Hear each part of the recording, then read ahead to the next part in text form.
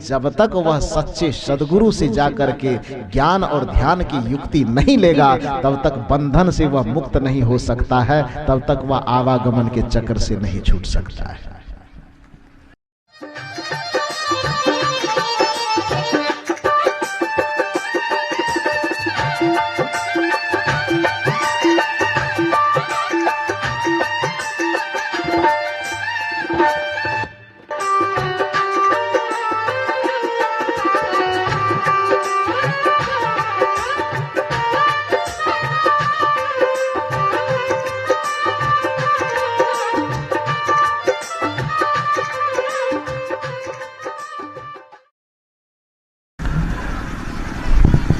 गुरु के सुमिरन मात्र से नासत विघ्न अनंत, ताते सर्वारंभ में ध्यावत है सब संत। गुरु की महिमा अनंत है, अनंत किया उपकार, लोचन अनंत उघारिया,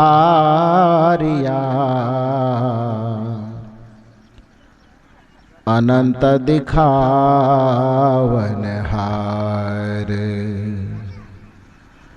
अनंत दिखावनहार।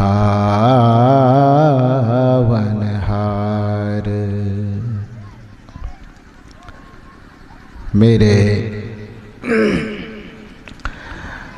आध्यात्मिक जीवन के संपोषक परमाराध्य परम पूज्य सद्गुरुदेव जी सहरसा जिला के अंतर्गत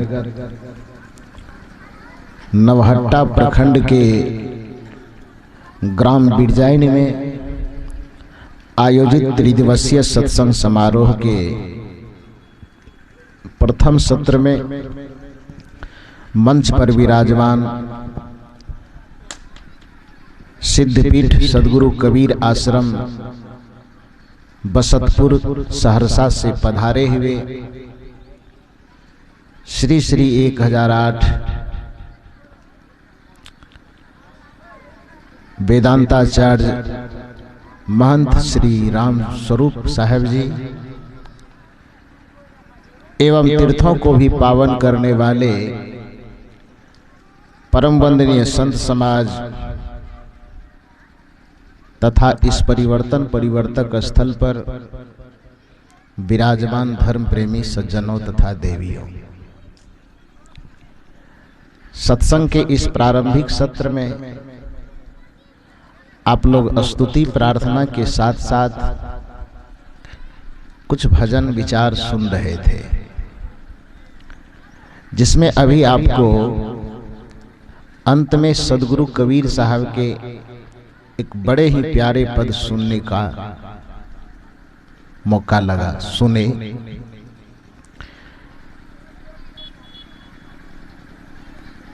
जिनकी लगन गुरु से नाहीं, तेनर सुकर स्वान समान, बिरथा जन्म गवाई। इस पूरे पद में सद्गुरु कबीर कहते हैं कि इस धरती पर जन्म लेने के बाद जिस मनुष्य का लगन, जिस मनुष्य का संबंध सद्गुरु से नहीं हुआ, वह मनुष्य के रूप में जन्म लेकर के भी मानवेतर प्राणी की तरह इस संसार से चला गया। मन में प्रश्न हो सकता है कि बिना गुरु के भी आदमी इस संसार में धन कमा लेता है, बिना गुरु के भी संसार में मनुष्य जमीन जायदाद खरीद लेता है, बिना गुरु के भी मनुष्य संसार में कोई पद हासिल कर लेता है, बिना गुरु के भी इस संसार में मनुष्य बड़े बड़े उद्योगपति बन जाता है, व्यापारी बन जाता है, पदाधिकारी बन जाता है। फिर कबीर साहब ने ऐसा क्यों कहा कि जिनका संबंध गुरु से नहीं है वह मानवेतर प्राणी के तरह, पशु पक्षी के तरह, सूकर श्वान न कुत्ता सुअर की तरह जीवन गुजार करके चला जाता है। यह कहने के पीछे कबीर साहब का क्या अभिप्राय है, इसको समझने के लिए आप अपने जीवन को थोड़ा समझिए। मनुष्य का जीवन जब इस संसार में आता है तो एक मनुष्य का जीवन 3 तल पर होता है। जैसे किसी मकान के 3 मंजिले मकान हो, उसी तरह से मनुष्य के जीवन का 3 तल है। पहला तल है शरीर, दूसरा तल है मन और तीसरा तल है आत्मा। मनुष्य को छोड़ करके जितने भी प्राणी हैं इस संसार में, वह मुख्यतः शरीर के तल पर जीता है। बहुत से बहुत थोड़ी देर आगे बढ़ा तो थोड़ा बहुत कुछ प्रतिशत वह मन के स्तर पर जीता है। आत्मा के स्तर पर जीने की कोई संभावना मानवेतर प्राणी में नहीं होती है। लेकिन मनुष्य एक ऐसा प्राणी है जिसके पास शरीर से ऊपर उठ करके मन की दशा में और मन की दशा से, मन की स्थिति से ऊपर उठ करके आत्मा की स्थिति में जीने का सौभाग्य प्राप्त है। इसीलिए मनुष्य को इस संसार में बड़ा भाग्यशाली प्राणी कहा जाता है, बड़ा सौभाग्यशाली प्राणी कहा जाता है। लेकिन दुर्भाग्यवश बोध और विवेक नहीं होने के कारण यह जीवन तो मनुष्य जैसे गरिमामय जीवन को प्राप्त किया है, किंतु जैसे पशु शरीर के तल पर जीवन जीते जीते ही संसार से चला जाता है, वैसे जब तक हमें किसी सच्चे सद्गुरु से मुलाकात नहीं होती, सच्चे सद्गुरु का सानिध्य नहीं मिलता है, तब तक हम भी शरीर तो मनुष्य का भले पाते हैं लेकिन जीवन शरीर के तल पर जीते। जैसे पशु का जीवन शरीर के तल पर बीतता है, मानवेतर प्राणी का जीवन शरीर के तल पर, भोग के तल पर बीतता है, उसी तरह से मनुष्य भी शरीर के तल पर जीते जीते ही संसार में जन्म लेता है, शरीर के तल पर ही संसार में सारे क्रिया व्यवहार करता है और शरीर के तल पर जीते जीते ही संसार से विदा होके चला जाता है। इसलिए कबीर साहब इस भजन में, जो भजन अभी आप सुन रहे थे कि जिनके लगन गुरु से नाही, जिस व्यक्ति का लगन, लगन माने संपर्क, लगन का मतलब संबंध, लगन का मतलब जुड़ाव, जिस व्यक्ति का जुड़ाव एक सच्चे सद्गुरु से नहीं हुआ, वह मनुष्य मानव जीवन पाकर के भी मानव की तरह जी नहीं पाता है। मनुष्य का जीवन जीने का मतलब हुआ कि शरीर तो मनुष्य का हमने पाया है, शरीर के स्तर पे भी हमको जीना है, मन के स्तर पे भी हमको जीना है और उससे ऊपर उठ करके आत्मा के स्तर पे भी हमको जीवन जीना चाहिए।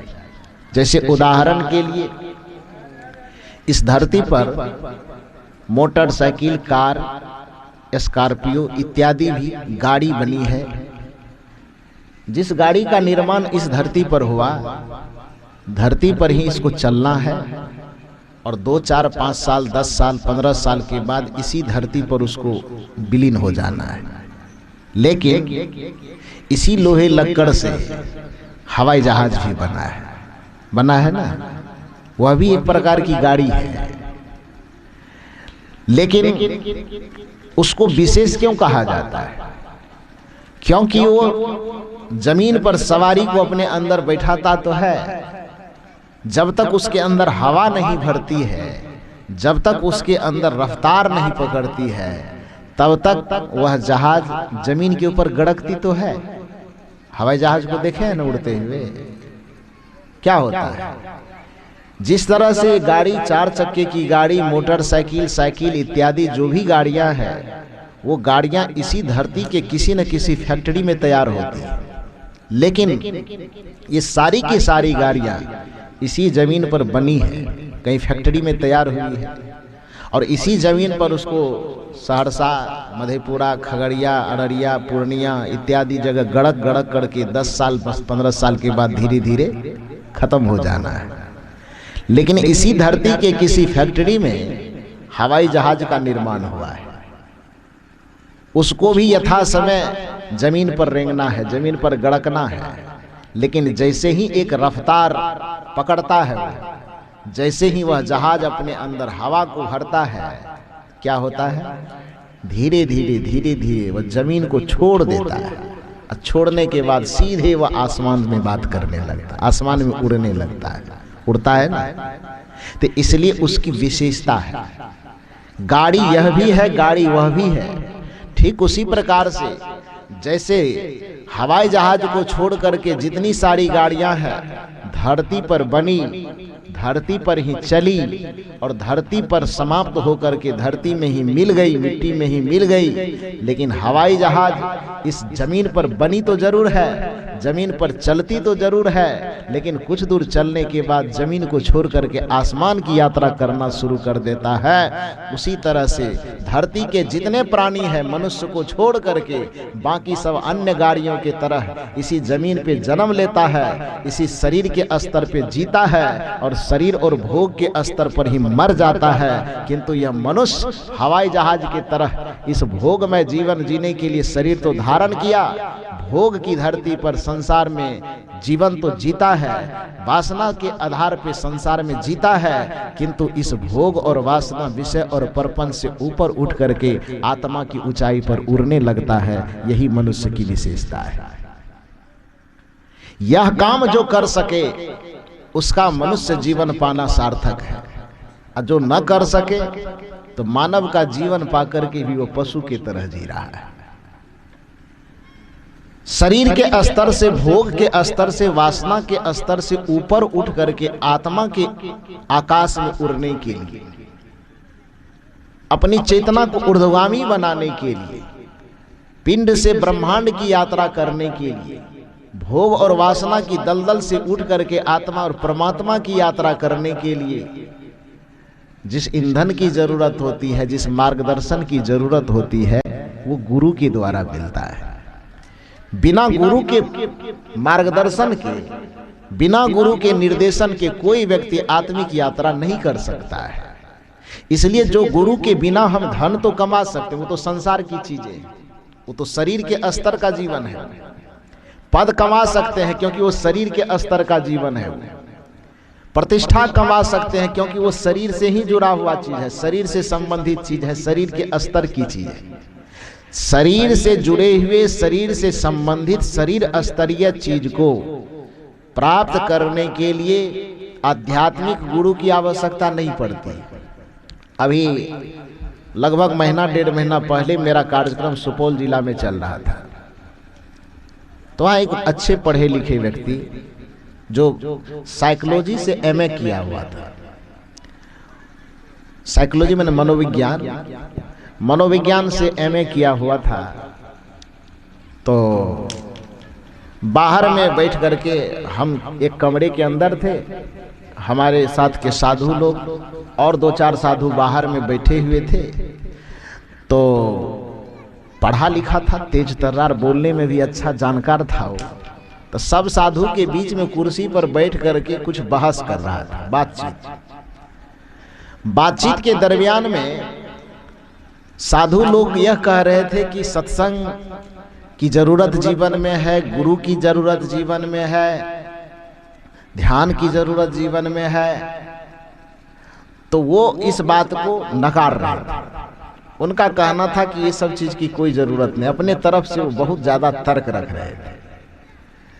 उसके बाद उसी बीच में कहते कहते एक तर्क उन्होंने रखा कि जब व्यक्ति के जीवन में माता पिता महत्वपूर्ण है, तो माता पिता के रहते रहते गुरु की क्या आवश्यकता है। एक स्त्री है तो स्त्री के लिए जब पति को ही परमेश्वर कहा गया है, तो एक स्त्री के जीवन में पति के रहते रहते किसी गुरु की क्या आवश्यकता है। उनका तर्क था, इस बात पे वो ज्यादा जोर दे रहे थे। तो 3-4 साधु थे, उनके बीच में बातें हो रही थी। बहस होते होते होते होते किसी की बात को मानने के लिए तैयार ही नहीं थे। हमारे कुछ साधु लोग बोले ठीक है, आपसे बहस यहाँ हम नहीं करेंगे। गुरुजी कमरे के अंदर में बैठे हुए, चलिए उनके पास, उनसे बातचीत किया जाए। तो बेचारे मुझे देखे कभी नहीं होंगे, तो सब लोग वहाँ बरामदा पर बहस करना छोड़ करके उसको मेरे पास लेकर के आए। मेरे पास वो बैठे, तो वहाँ तो बहुत ज़्यादा बोल रहे थे, लेकिन मेरे पास आए तो हम अभी कुछ बातचीत भी नहीं किए थे, लेकिन थोड़ा शांत हो गए हो। मुझे जब देखे तो शांत हो गए, प्रणाम पाती हुई, और उसके बाद फिर बातचीत आरंभ हुई। मैंने उन्हें कहा कि क्या बात है, क्या समस्या है आपकी? मैं आपकी बात तो नहीं सुन रहा था, वहाँ बरामदे पे क्या बोल रहे थे, लेकिन जोर जोर से बोल रहे थे तो थोड़ी थोड़ी आवाज कान में आ रही थी। तो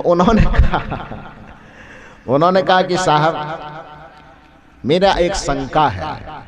मैंने कहा बोलिए। का शंका ये है कि जब यह शास्त्रों में बताया गया है कि माता पिता हमारे जीवन के प्रथम गुरु हैं, तो जब माता पिता की सेवा कर ही रहे हैं, माता पिता हमारे पास है ही, तो रामस्वरूप साहब को गुरु क्यों बनाएंगे? कबीर साहब को गुरु क्यों बनाए? आपको गुरु क्यों बनाएंगे? तो मैंने कहा ठीक है, अभी जवाब नहीं दे, प्रश्न पूरा कीजिए, उसके बाद जवाब देंगे। उसने कहा मेरा पहला प्रश्न ये है। दूसरा प्रश्न ये है कि जब यह कहा जाता है कि स्त्रियों के लिए पति ही परमेश्वर है, तो फिर उसको अलग से गुरु बनाने की क्या जरूरत? उसी की पूजा कर ले, बस बैतरनी पार हो जाएगी। मैंने कहा ठीक है, और कोई प्रश्न है? उन्होंने कहा नहीं, बस दो ठो ही प्रश्न। मैंने कहा कि कृपा करके अब जितना देर मैं जवाब दूं आप चुप रहिए, बीच में बोलिएगा नहीं, क्योंकि यहाँ कोई झगड़ा नहीं हो रहा है। आपके मन में कोई सवाल है वो लेके आए और मुझे जवाब देना। तो जैसे बरामदा पे चिल्ला रहे थे वैसे यहाँ नहीं चिल्लाना है, ध्यान से सुन लीजिए। अच्छा लगे तो मान लीजिएगा, और नहीं अच्छा लगे तो आपको जैसा करना है वैसा कीजिएगा। कोई जरूरत नहीं कि हमारी ही बात को मान लीजिए। और किसी भी महात्मा को अपनी बात दुनिया से मनवाने की जिद करना भी नहीं चाहिए, सलाह देना चाहिए। हम आपको अच्छा संदेश दे सकते हैं, अच्छी शिक्षा दे सकते हैं, और आप माने न माने उससे मेरा क्या बनने बिगड़ने वाला है। सदगुरु कबीर कहते, कबीर जात पुकारिया चढ़ी चंदन की डाल, अब बाट लगाए न लगे पुनिका लेत हमारे। मैं ज्ञान के वृक्ष पर चढ़ करके पूरे दुनिया को सत्य का, प्रेम का, करुणा का, धर्म का संदेश सुना रहा हूं, अच्छा राह बता रहा हूं, अच्छी शिक्षा दे रहा हूं। मान लोगे तो तुम्हारा भला होगा, न मानोगे तो तुम समझो, उससे मेरा बनने बिगड़ने वाला क्या है। ये केवल संत ही नहीं कहते, श्री राम को हमारे सनातन संस्कृति में मर्यादा पुरुषोत्तम परमात्मा का अवतार माना जाता है। श्री राम जी जब जंगल से लौट करके आए, वनवास भोग करके, और राजसभा में गद्दी पर विराजमान हुए, तो श्री राम के मन में हुआ कि जो पूरे जंगल में भ्रमण करते करते ऋषि से, मनुष्यों से, संतों से जो भी ज्ञान, ध्यान, सत्संग की बात हम सुने हैं, तो उसको अपने नगर वासियों को जमा करके सुना दे तो बड़ा अच्छा होगा, सबका कल्याण हो जाएगा, सबका भला हो जाएगा। इस ख्याल से अपने पूरे राज्यवासी को निमंत्रण दिया। अब वो दिन रात आप लोग कथा जानते हैं, बड़े भाग मानुष तन पावा, ये सब जो सुनाया, मैं वो कहना नहीं चाहता हूँ। मैं मूल रूप से उसमें एक पंक्ति बताना चाहता हूँ कि श्री राम जी सभी नगरवासी को बुलाए, मानव जीवन की महत्ता विशेषता, सत्संग की महत्ता विशेषता, संत की महत्ता विशेषता बताने के लिए कि हम जंगल में ऋषि मनुष्यों से कुछ सीख के आए हैं, तो वो लोगों को सिखा दें। जब पूरी सभा लग गई, भीड़ जमा हो गई, तो सब लोग चुपचाप हाथ जोड़े खड़े थे। वजह ये था कि एक तो राम भगवान के रूप में प्रचलित थे, और दूसरा वजह यह था कि उस राज्य के वो राजा हैं। तो राजा तो वैसे भी भगवान की तरफ पूज्य होते हैं, राजा का मतलब ही होता है भगवान। उसके मुंह से जो बात निकल जाए वही कानून है। लोकतंत्र तो है नहीं कि यहाँ सुप्रीम कोर्ट हाई कोर्ट लगेगा। राजा है, राजतंत्र में राजा के मुंह से निकली हुई बात ही कानून है, राजा के मुंह से निकली हुई बात ही जजमेंट है, राजा के मुंह से निकली हुई बात ही न्याय है, न्यायालय है, सब कुछ वही है। तो जब सर्वे सर्वा वही है तो फिर उसको भगवान का दर्जा तो दिया ही जा सकता है राजवासी के लिए। तो सब लोग एकदम सहमे सहमे डरे डरे खड़े थे कि पता नहीं राम जी क्या कहने वाले हैं, कौन आदेश देने वाले हैं। तो सबके चेहरे पर जो थोड़ा बहुत भय जैसा दिखा, तो श्री राम जी सत्संग सुनाने से पहले एक निवेदन करते। ध्यान से सुनिए, वो निवेदन क्या किया? नहीं अनीति कछु नहीं प्रभुताई, सुनहु करहु जो तुम्हें सुहाई। श्री राम जी जो सबके चेहरे पर थोड़ी मायूसी देखे तो श्री राम जी भांप गए कि पता नहीं लोग के मन में ये हो रहा है कि मैं कौन सा आदेश देने वाला हूँ, मैं कौन सी बात जबरदस्ती मनवाने वाला हूँ। तो लोगों के मन में ये संदेह है कि राजा है, पता नहीं क्या आदेश दे दे और मानना पड़े। तो श्री राम ने कथा सुनाने से पहले, सत्संग सुनाने से पहले हाथ जोड़ करके एक निवेदन किया कि हे लोगों, मैं जो निवेदन करने जा रहा हूं आपको, मैं जो सत्संग भक्ति ज्ञान की बात सुनाने जा रहा हूं आपको, तो आप इसको एक राजा का आदेश मत समझिएगा। मैं चक्रवर्ती सम्राट राजा दशरथ का बेटा हूं। इस बात को ध्यान में रख करके मुझसे डरने की जरूरत नहीं है। मैं राजगद्दी पर बैठा हुआ अब राज अधिकारी हूं, इसलिए मेरे डर से कोई बात मान लीजिएगा, ऐसी बात नहीं है। बल्कि नहीं अनीति, जो मैं कहने जा रहा हूं, जो मैं कथा जो प्रवचन आपको सुनाने जा रहा हूं, एक संदेश के रूप में है। नहीं अनीति, वह नीति के विरुद्ध बात नहीं होगी। और नहीं कछु प्रभुताई, प्रभुता मना ताकत, बलपूर्वक भी कोई बात नहीं कह रहा। नहीं अनीति कछु नहीं प्रभुताई, जो बात मैं कहने जा रहा हूं वो बात न तो नीति के विरुद्ध है और न बल के घमंड में कह रहा हूं कि जो कहूंगा मानना ही पड़ेगा, ये भी नहीं है। नहीं अनीति कछु नहीं प्रभुताई, तब सुनहु करहु जो तुम्हें सुहाई। मेरे तरफ से जो निवेदन किया जा रहा है उस निवेदन को प्यार पूर्वक सुनिए, और सुनने के बाद अच्छा लगे तो कीजिए, और ना अच्छा लगे तो मत कीजिए। किसने कहा? ये श्री राम ने कहा। नहीं अनीति कछु नहीं प्रभुताई, सुनहु, मेरी बात सिर्फ सुन लो, लेकिन करहु जो तुम्हें सुहाई। वही बात कीजिए जो आपके मन में अच्छा लगे, जो आपको दिल में जचे, जो आपको उचित लगे वही करना। मेरी बात जबरदस्ती मानने की जरूरत नहीं। तो कहने का ये अभिप्राय है कि जब हमारे सनातन संस्कृति में जिसे भगवान का दर्जा प्राप्त है, जब वह अपने बात को जबरदस्ती मनवाने के लिए तैयार नहीं है, वो कहते हैं कि मेरी बात को सुन लो लेकिन करना वही जो तुमको अच्छा लगे, तुम्हें सुहाता है, तो फिर हम लोग जबरदस्ती कैसे कर सकते हैं? कर सकते हैं? महात्मा लोग जबरदस्ती क्यों करेगा?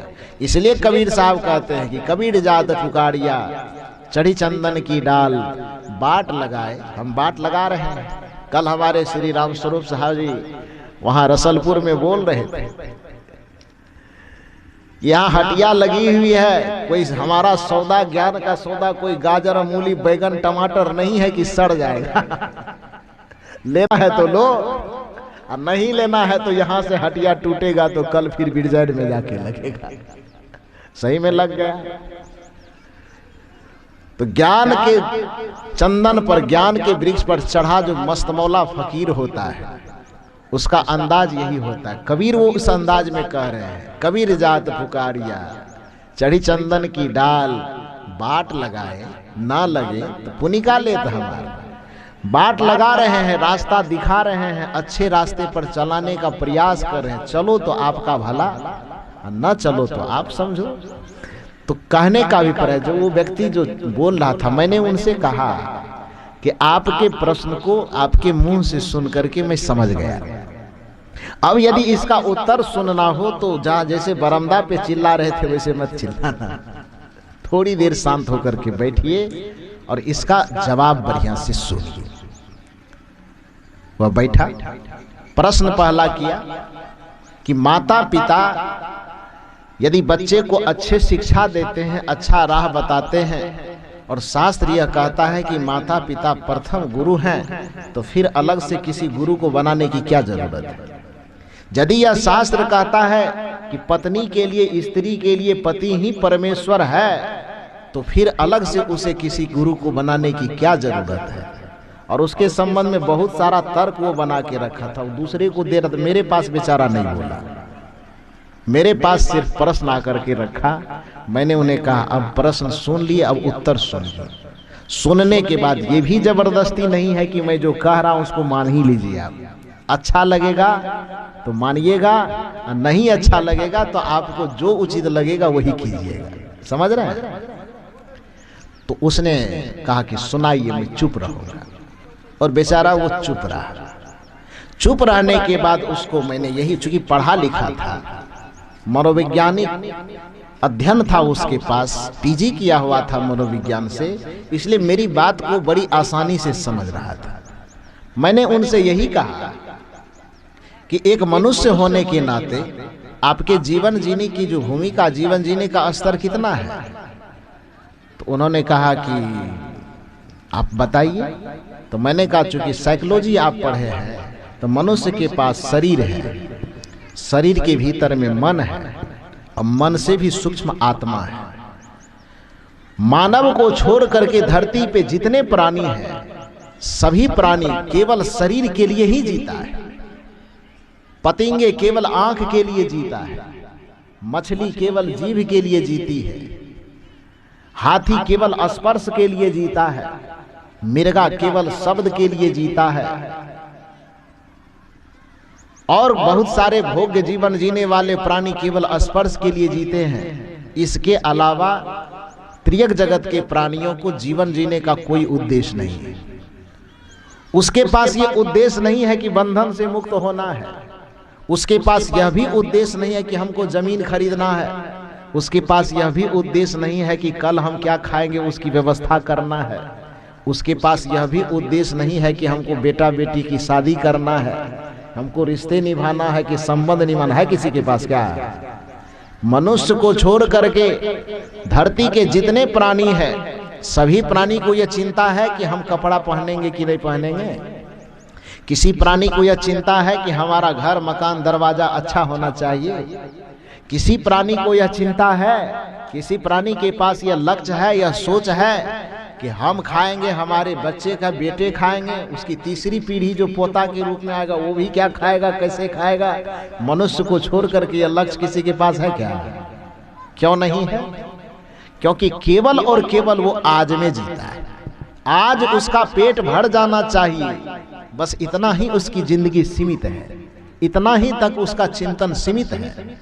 आज उसके भोग तृप्त हो जाने चाहिए, फिर कल क्या होगा, कल आने के बाद देखा जाएगा। आज पर ही उसके जीवन सीमित है, इससे ज्यादा वो सोच नहीं सकता, इससे ज्यादा उसके पास विकसित मन दिया ही नहीं गया है। मनुष्य एक ऐसा प्राणी है जो आज का जीवन जीते जीते, संसार के जीवन जीते जीते, आत्मा के विषय में, परमात्मा के विषय में, ईश्वर के विषय में, धरती से ऊपर आसमान के विषय में भी सोच सकता है। इसके पास इतने विकसित मन है कि नहीं है? है ना?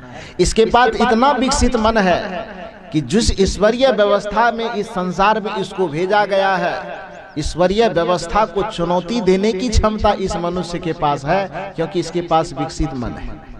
आप कहेंगे कि ईश्वरीय व्यवस्था को मनुष्य कैसे चुनौती देता है, तो आप देखेंगे कि पग पग पर, कदम कदम पर ईश्वर की व्यवस्था को, प्रकृति की व्यवस्था को यह मनुष्य चुनौती देता है। आप कहें कैसे, तो उदाहरण देख लीजिए। इस प्रकृति के द्वारा, या आप कहें कि परमात्मा ने यदि आपको जन्म दिया है आपकी मान्यता के अनुसार, तो चाहे प्रकृति की बात कहिए चाहे परमात्मा की बात कहिए, आपको इस संसार में भेजा गया तो कपड़ा पहना करके भेजा था कि नंगा भेजा था? जितने लोग, जितने मनुष्य इस धरती पर आए थे, ये कपड़ा पहन करके आए थे कि नंगा आए थे? नंगा बदन आए थे। तो चाहे प्रकृति भेजा कि चाहे परमात्मा भेजा, नंगा भेजा था कि कपड़ा पहना करके? आपने मान लिया इस बात को? आप इस बात को माने कि चुनौती दिए? चुनौती दिए ना। आप कहें नहीं नहीं नहीं, नंगा रहना ये सभ्यता के खिलाफ है, हम नंगा नहीं रहेंगे। आज तक कोई बैल इस चीज का विरोध किया है? घोड़ा, गधा, कुत्ता, जो भी नाम आप जानते हैं, किसी ने प्रकृति की इस व्यवस्था को चुनौती दिया है क्या? एक मनुष्य को छोड़ करके क्यों नहीं दे पाया? इसलिए नहीं दे पाया कि वो शरीर के स्तर तक ही जीता है, उसके पास मन नहीं है। मन है भी तो बहुत सीमित मात्रा में, लेकिन मनुष्य के पास मन की अपार शक्ति है, मन की अपार संभावनाएं हैं। मन की अपार संभावनाएं होने के कारण प्रकृति और परमात्मा की व्यवस्था को ये चुनौती देता है। आज तक कोई बैल इस प्राकृतिक सत्ता से, परमात्मीय सत्ता से यह आंदोलन नहीं छेड़ा है कि 1000 वर्ष पहले हमारा बाप दादा भूसा घास खाता था, तो आज भी 1000 वर्ष के बाद हमको वही क्यों दे रहा है? कोई आंदोलन सुने हैं? बैल ने किया है? घोड़ा ने, गधा ने कोई आंदोलन किया है? आप करते हैं कि नहीं? आपकी व्यवस्था में कुछ कटौती होती तो आंदोलन करते कि नहीं करते? छोड़ दीजिए सरकारी आंदोलन। परमात्मा ने ये गेहूं दिया, फसल लगा हुआ है। हमको नहीं लगता है आज तक धरती पर कोई व्यक्ति गेहूं खाता है क्या? कोई भी व्यक्ति इस धरती पे मकई उपजता है, गेहूं उपजता है, मकई जैसे उपजा खेत में घर में लाए, उसी रूप में गेहूं को आज तक कोई खाता है? आप लोग खाते हैं क्या? यहाँ वाले नहीं खाते हैं। तो प्रकृति अथवा परमात्मा के द्वारा गेहूं पैदा किया गया, वो गेहूं का दाना बना करके दिया। आप मानते हैं इस बात को? आपका मन मान लेता है कि हमको जैसा दिया वैसे खा लेना है? तब क्या करते हैं? उसकी व्यवस्था को अपनी बुद्धि से, अपने मन से चुनौती देते। आपने गेहूं भेजा है, हम आपका गेहूं नहीं खाएंगे। तब क्या करते हैं? मिल में ले जाते हैं। पुराने जमाने में जाता चक्की होता था, उस जाता चक्की का स्थान अब मिल ले लिया है। उसमें जाकर के उस गेहूं को पीस देते थे। पिसाने वाला काम परमात्मा नहीं करता, वो आप कर रहे हैं। वो तो केवल गेहूं बना के दिया था। उसके गेहूं को आपने चुनौती दिया कि हमको गेहूं नहीं चाहिए, हमको आटा चाहिए। और आटा भी चलाया तो अब मन कह रहा है कि नहीं नहीं, आटा को भी नहीं खाना है। तब क्या करना? उसमें पानी मिला दिए और उसको सान दिए। साने ना, गीला हो गया, थोड़ा कठोर हो गया, उसके गोल गोल गुल्ली बना दिए, दे करके उसको बेल दिए। अब बेलने के बाद उसको आग पर दे के सेक करके एकदम खिला खिला रोटी और चटनी और साग और सब्जी ले करके आराम से खाए। तो परमात्मा ने तो केवल गेहूं बनाया, आटा किसने बनाया? परमात्मा ने कि आपने? आटा किसने बनाया? आटा में पानी दे करके गीला किसने किया? उसको गुल्ली बना करके बेला कौन? उसको सेक करके रोटी बना करके खाया कौन? कौन खाया? उसको गीला बना करके, गोली बना करके, तेल में छान करके पूरी बना करके कौन खाया? ये पूरी परमात्मा बना के दिया कि आप बनाए हैं? रोटी परमात्मा बना के दिया कि आप बनाए हैं? यह काम मनुष्य को छोड़ करके दूसरा प्राणी नहीं कर सकता है। वो 1000 वर्ष पहले वो जिस तरह से रह रहा था, 1000 वर्ष और बीत जाने के बावजूद भी उसके जीवन में कोई परिवर्तन नहीं आएगा। जैसा खाता था वैसा ही खाएगा। जैसे नंगे नंगे जन्म लिया, नंगे नंगे जिएगा और नंगे नंगे मर जाएगा। ठंडी लगे तो भी बर्दाश्त करने के लिए विवश है, गर्मी लगे तो भी बर्दाश्त करने के लिए विवश है, पानी मिले चाहे नदी का मिले, नाले का मिला, पीने के लिए विवश है। लेकिन आप अपने जीवन में झांक करके देखिए, कि आप नंगे जन्म लिए थे, लेकिन आप हरे नीले कपड़े का निर्माण करके आप पहनते हैं। ठंडी लगती है तो गर्मी की व्यवस्था आप करते हैं, और गर्मी लगती है तो ठंडी की व्यवस्था आप करते हैं। परमात्मा जो भी इस प्रकृति में देता है उसकी व्यवस्था को चुनौती दे करके आप अपने अनुकूल व्यवस्था बनाते हैं। ये आपके विकसित मन का परिणाम है। अभी गर्मी लगती हो, खूब गर्मी लगेगी, तुरंत यहाँ पंखा लग जाएगा। पंखा भगवान नहीं बना के दिया है, पंखा हम बनाए हैं। वो तो गर्मी बरसा रहा है, पसीना चुबा रहा है। पशु पक्षी उस गर्मी को झेलने के लिए विवश है, लेकिन हम ये मनुष्य उस गर्मी को झेलने के लिए विवश नहीं है। उसके काट में तुरंत कोई व्यवस्था कर देंगे। काफी ठंडी लगेगी तो मानव को छोड़ करके जितने प्राणी हैं वो सारे प्राणी उस ठंडी को झेलने के लिए विवश होगा, लाचार होगा, मजबूरी में उसको वो सहना पड़ेगा। लेकिन हम तुरंत व्यवस्था कर लेंगे, हीटर ले लेंगे, अग्नि जला लेंगे, रजाई ले लेंगे, कंबल ले लेंगे, और प्रकृति को चुनौती दे देंगे कि तुमको जितना ठंडी बरसाना हो बरसा ले, हम गर्मी की व्यवस्था कर लिए। ये कहेंगे कि नहीं कहेंगे? ये चुनौती देने की क्षमता क्यों है हम? इसलिए क्योंकि पशु के पास, पक्षी के पास केवल तन स्तरीय जीवन है, उसके पास मन नहीं है भी तो बहुत थोड़ी मात्रा में, विकसित मन नहीं। ये विकसित मन किसके पास है? केवल मनुष्य के पास। यही कारण है कि आप सोचिए कि एक मनुष्य होने के नाते आपके पास कोई पंखा उंखा लगा करके भगवान भेजा है क्या? कौवा मैना तोता को पंखा लगा करके भेज दिया। बेचारा कौवा मैना तोता जो भी पक्षी है वो बड़ा मजे में है। जब मन होता है धरती पे आ जाता है, जब मर्जी गाछ की फुलंगी पे चढ़ जाता है, और जब मर्जी आकाश में उड़ करके सैर करने लगता है।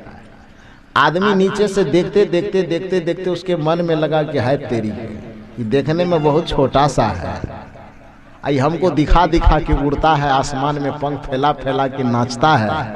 ये परमात्मा भगवान हमारे साथ ठीक नहीं किया। ये कौन सोचा? ये कौन सोचा? मनुष्य सोचा कि हमको बड़े भाग्य मानुषतन पावा वाला कहा जाता है। हम धरती पे जीते हैं, धरती पे ही जन्मते हैं, धरती पे खाते हैं, खेलते और धरती पे ही मर जाते हैं। मेरे सामने में पाव भर का एक पक्षी, 200 ग्राम का, 100 ग्राम का एक चिड़िया, कोई छोटा छोटा चिड़िया, गोरैया वगैरह क्या क्या बोलते हैं, अब वो फुदक फुदक के उड़ता है आसमान में। देख देख करके जब आदमी का मन चिढ़ गया, तो चिढ़ जाने के बाद परमात्मा की व्यवस्था को चुनौती दिया। हे भगवान, तुमने हमको पंखा लगा करके नहीं भेजा, अब दिखाता हूं कि मैं कैसे पंखे का निर्माण करता हूं। और आदमी ने पंखे का निर्माण किया, हवाई जहाज बनाया, और ऐसे पंखे वाला पक्षी बनाया कि भगवान ने पक्षी वाला पंख वाला जो बनाया, तो वो पंख के साथ अपने तो उड़ सकता है, लेकिन अपने 2-4 बच्चे को भी लेकर के वो नहीं उड़ सकता। चिड़िया उड़ सकती है क्या? एक चिड़िया अपने पंखे, भगवान के दिए हुए पंखे के कारण वह खुद उड़ सकती है, लेकिन यदि कोई मुसीबत आ जाए तो अपने साथ में लेकर के अपने बच्चे और अपने परिवार तक को लेकर के आसमान की तरफ नहीं जा सकती। जा सकती है। मनुष्य ने जब देखा परमात्मा के इस व्यवस्था को कि एक पक्षी, साधारण पक्षी को मनुष्य से आसमान में उड़ने की कला दे दी, लेकिन मनुष्य को पंखा नहीं लगाया, आपने मेरे साथ अन्याय किया। और मनुष्य अपनी बौद्धिक क्षमता लगा करके, अपने मानसिक दशा का प्रयोग करके, मन स्थिति का प्रयोग करके, मानसिक ज्ञान का, मानसिक बल का प्रयोग करके धीरे धीरे धीरे धीरे धीरे धीरे ऐसे पंखे का निर्माण किया, ऐसे जहाज का निर्माण किया कि एक जहाज में एक बार में 1000, 500, 200, 2000 आदमी बैठ करके आसमान में उड़ जाता है, और पक्षी का देखते रह जाता है। पक्षी से ऊपर जा करके मनुष्य उड़ता है ना। उस पंखे का निर्माण भगवान कर दिया कि आप किए? कौन किया? वो 2000 आदमी को लेकर के उड़ने वाला पंखा कौन बनाया? भगवान किया? आप बनाए ना। ये मनुष्य बनाया। क्यों? क्योंकि इसके पास विकसित मन है। वो जो पढ़ा लिखा इंसान जो मुझसे सवाल करने आया था, मैंने कहा कि मनुष्य का जीवन विशिष्ट इसलिए है क्योंकि इसका जीवन 3 तलीय जीवन है। एक तन के स्तर पर जीवन जीता है, दूसरा मन के स्तर पर जीवन जीता है, और उससे भी ऊपर उठ करके तीसरा आत्मा के तल पर जीवन जिया जाता है।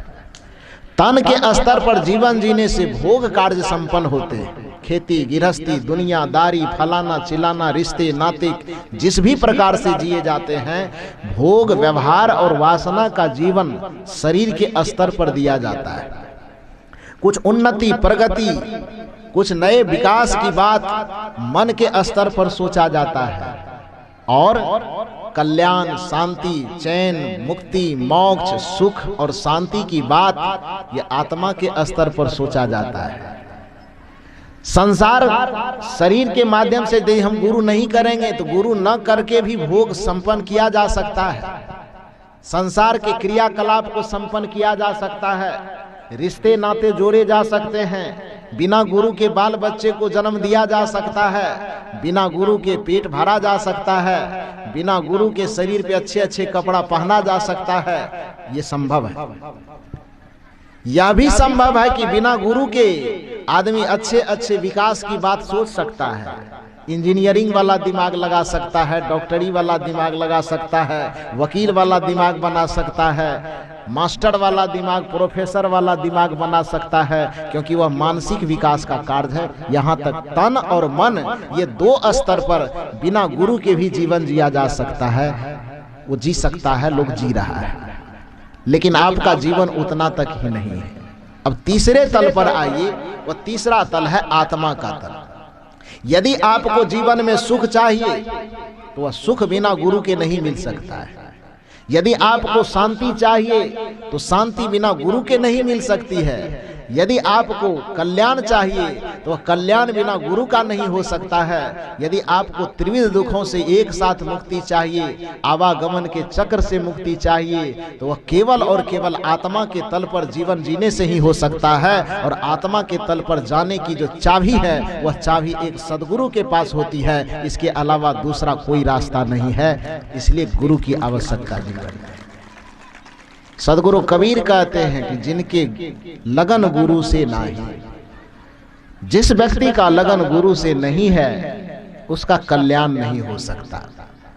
जिस व्यक्ति का लगन गुरु से नहीं है उस व्यक्ति का मोक्ष नहीं हो सकता।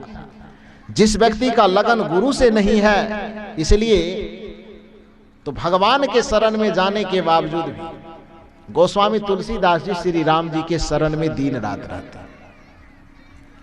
लेकिन जब उनसे पूछने के लिए लोग गए, यदि कोई पूछने जाता था कि हम निर्धन हैं, हम धनवान कैसे होंगे, तो गोस्वामी तुलसीदास जी बता देते थे कि राम जी की दया से सब हो जाएगा।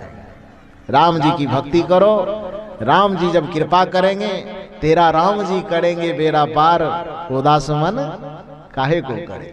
कोई निराश व्यक्ति, कोई उदास व्यक्ति, कोई हताश व्यक्ति जब जाता था अपनी निर्धनता का रोना रोने के लिए, अपने शरीर के रोग का लेकर के, समस्या लेकर के, या और दुनियादारी के कोई दुख व्याधि लेकर के जब जाता था गोस्वामी तुलसीदास जी के पास, गोस्वामी जी से निवेदन कर दें कि आप प्रभु श्री राम के भक्त हैं, सुनते हैं कि भगवान आपके सामने आते हैं, भगवान आपके माध्यम से दुनिया की समस्या सुनते हैं, मेरी ये समस्या है कैसे दूर होगी। श्री राम जी ये तुलसीदास जी आंख बंद करते थे और एक पद गुनगुनाते थे, तेरा राम जी करेंगे बेड़ा पार, उदास मैंने काहे को करे। गोस्वामी जी कहते थे कि तुम रोते क्यों हो, तुम उदास क्यों हो, तुम्हारे पास धन नहीं है तो चलो बैठो, मैं सुनाता हूं समाधान क्या हो। तुम्हारे शरीर में कोई कष्ट है तो एक लाइन में बैठ जाओ, बैठा देते थे। जो भी संसार की समस्या लेकर के लोग जाते थे तो सब लोगों को एक साथ एक महफिल में बैठा करके गोस्वामी जी बस इतना ही कहते थे, तेरा राम जी करेंगे बेड़ा पार, उदास मैंने काहे को करे। काहे को करे रे, काहे को करे, काहे को करे रे, काहे को करे, तेरा राम जी करेंगे बेड़ा पार, उदास मने काहे को करे। हर एक समस्या का एक समाधान, तेरा राम जी करेंगे बेड़ा पार, उदास मन काहे को करे। इतने समस्या, जो भी समस्या लेके जाए सबका एक समाधान, एक ही बूटी, तेरा राम जी करेंगे बेड़ा पार, उदास मन काहे को करे। उसी दुखियारी लोगों के बीच में, उसी समस्या सुनाने वाले लोगों के बीच में एक कोई भक्त पहुंच गया और उसने कहा, गुरुजी आप सब समस्या का एक ही दवा बता रहे हैं, तेरा राम जी करेंगे बेड़ा पार, उदास मन काहे को करे। मेरी भी एक समस्या है। गोस्वामी जी ने कहा तू भी लाइन में बैठ जा। उस आदमी ने कहा हम लाइन में बैठने वाले नहीं हैं, हमारी एक नई समस्या है, अलग समस्या। गोस्वामी जी ने कहा ठीक है, फिर खड़ा होके ही बता तेरी क्या समस्या है। उस भक्त ने कहा कि हम भवसागर से मुक्ति चाहते हैं। हमारी समस्या पेट को लेकर के नहीं है, हमारी समस्या जमीन जायदाद घर मकान को लेकर के नहीं है, हमारी समस्या रिश्ते और संबंध को लेकर के नहीं है, हमारी समस्या है कि हम दुखों से सर्वथा मुक्ति चाहते हैं। हमारी समस्या यह है कि हम भवसागर से मुक्ति चाहते हैं। हमारी समस्या यह है कि हम जन्म मरण के बंधन से मुक्त होना चाहते हैं। हमारी समस्या यह है कि मृत्यु के मुख से बच करके हम मोक्ष के पद को, निर्वाण पद को, कैवल्य पद को पाना चाहते हैं। कैसे प्राप्त करेंगे? गोस्वामी तुलसीदास जी जो सभी समस्या के लिए एक ही बूटी दे रहे थे, तेरा राम जी करेंगे बेड़ा पार, उदास मने काहे को करे। अब जैसे ही यह समस्या गई कि हमको भवसागर से पार होना है, हमको दुखों से सर्वथा मुक्त होना है, आत्मा को समस्त बंधनों से छुड़ाना है, मोक्ष प्राप्त करना है, कैवल्य और निर्वाण प्राप्त करना है, गोस्वामी जी के मुंह से जो बूटी निकल रही थी आशीर्वाद की, उस पे ब्रेक लग गया। हार्ड ब्रेक, वो भी साधारण ब्रेक नहीं कि यहाँ लिए तो खिसक के 4 कदम आगे जाएगा। पूरा हार्ड ब्रेक लगा, डिस ब्रेक जिसको कहते हैं आज की भाषा कहते हैं ना, वो ब्रेक लगाया। सन्नाटा छा गया। जो अगल बगल गोस्वामी तुलसीदास जी के जो चेले चपाटी बैठे हुए थे, उसने कहा गुरुजी अभी तक लाखों आदमी आपके पास कुछ न कुछ दुख तकलीफ समस्या लेकर के आया और सबको मैंने यही कहते सुना, सबको आपने यही आशीर्वाद दिया कि तेरा राम जी करेंगे बेड़ा पार, उदास मन काहे को करे। तो सबको जब यही कह रहे थे तो लाखों आदमी के लिए जब एक ही दवा है तो ये एक अजूबा आदमी आया, इसको भी यही बात कह दीजिए। गोस्वामी तुलसीदास जी मुंह पे उंगली इशारा करते, चुप रहो, ये मामला राम जी से नहीं हो सकता। ये ऐसी समस्या लेकर के आया है कि राम जी की बात कौन कहे, राम जी का नाना भी नहीं कर सकता। तब कौन करेंगे? ये मैं नहीं कह रहा। आप ये मत समझिए कि केवल कबीरपंथी लोग ही ऐसा कहते हैं। चलिए वही ले जाता हूं जो दवाई, जो इंजेक्शन आपके दिमाग पे काम करेगा। गोस्वामी तुलसीदास जी कहते हैं कि यहाँ राम जी का बेड़ा पार करना संभव नहीं है। तब गोस्वामी तुलसीदास जी कहते हैं यह ऐसी समस्या लेके आए, भवसागर से मुक्ति की समस्या का समाधान श्री राम के पास नहीं है। मुक्ति प्राप्त, बंधन से मुक्त करने की समस्या का समाधान श्री राम के पास नहीं है। बैतरनी पार करने की समस्या का समाधान श्री राम के पास नहीं है। तो लोगों ने पूछा कि गोस्वामी जी तब इसका उपाय कुछ? गोस्वामी जी कहते हैं बिना गुरु भावानिधि तराई न कोई। ये पंक्ति जानते हैं कि नहीं? ये पंक्ति रामचरितमानस की है ना, गोस्वामी जी कहे हैं ना। और कबीर साहब पर इल्जाम मत लगाइएगा कि घूस घास दे करके पंक्ति घुसा दिया होगा, ऐसा नहीं है।